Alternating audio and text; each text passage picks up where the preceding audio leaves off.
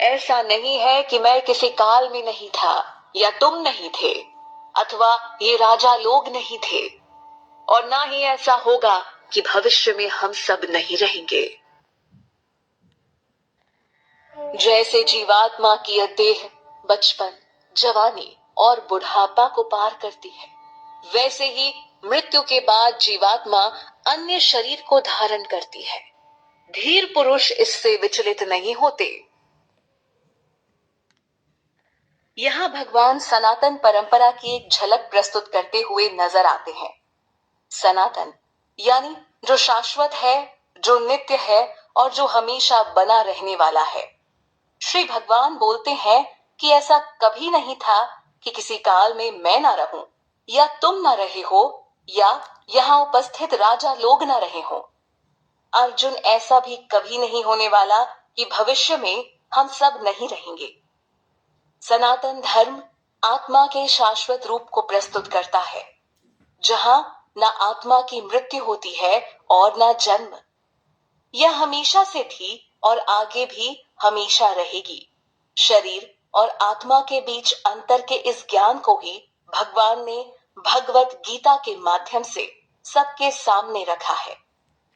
श्री भगवान ने अर्जुन के सामने इस बात को रखा क्योंकि उनको हर जन्म और काल याद है, पर एक आम व्यक्ति दूसरा शरीर लेते ही अपने पिछले जीवन को भूल जाता है, क्योंकि उसके ज्ञान और स्मरण शक्ति सीमित है।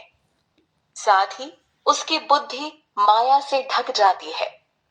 तभी तो अपने शाश्वत होने की विचारधारा से जुड़ नहीं पाता और शोक चिंता में जीवन बिता देता है। उसके लिए वर्तमान का जीवन ही सब कुछ है। अर्जुन ज्ञानी होते हुए भी भ्रमित हो गए थे। तभी भगवान ने उन्हें राह दिखाई। यहाँ आखिर भगवान कृष्ण ने स्पष्ट रूप से शरीर और आत्मा के अंतर पर वर्णन किया। श्री भगवान ने बताया कि आत्मा तो अमर है, जो कभी नहीं मरती। जिस धीर पुरुष को इसका ज्ञान है, वो शरीर के खत्म होने पर शोक नहीं करता और ना विचलित होता है। कहने का मतलब हुआ कि एक धीर पुरुष शरीर के परिवर्तन में किसी प्रकार का मोह नहीं रखता है। इस आत्मा को शरीर रूपी वाहन मिलता है, जिससे वो बाल्यावस्था से तरुणावस्था और तरुणावस्था से वृद्धावस्था में अपना सफर करती है। वह बूढ़े शरीर के नष्ट होने के बाद फिर एक नए शरीर को प्राप्त करती है, जहां फिर से यही क्रम चलता है। लेकिन आत्मा का रूप शाश्वत है। भगवान अर्जुन को यही समझाना चाह रहे हैं कि मूल्य तो आत्मा का है, तो वो भला कौन सा अपने परिजनों की आत्मा को मार रहे हैं।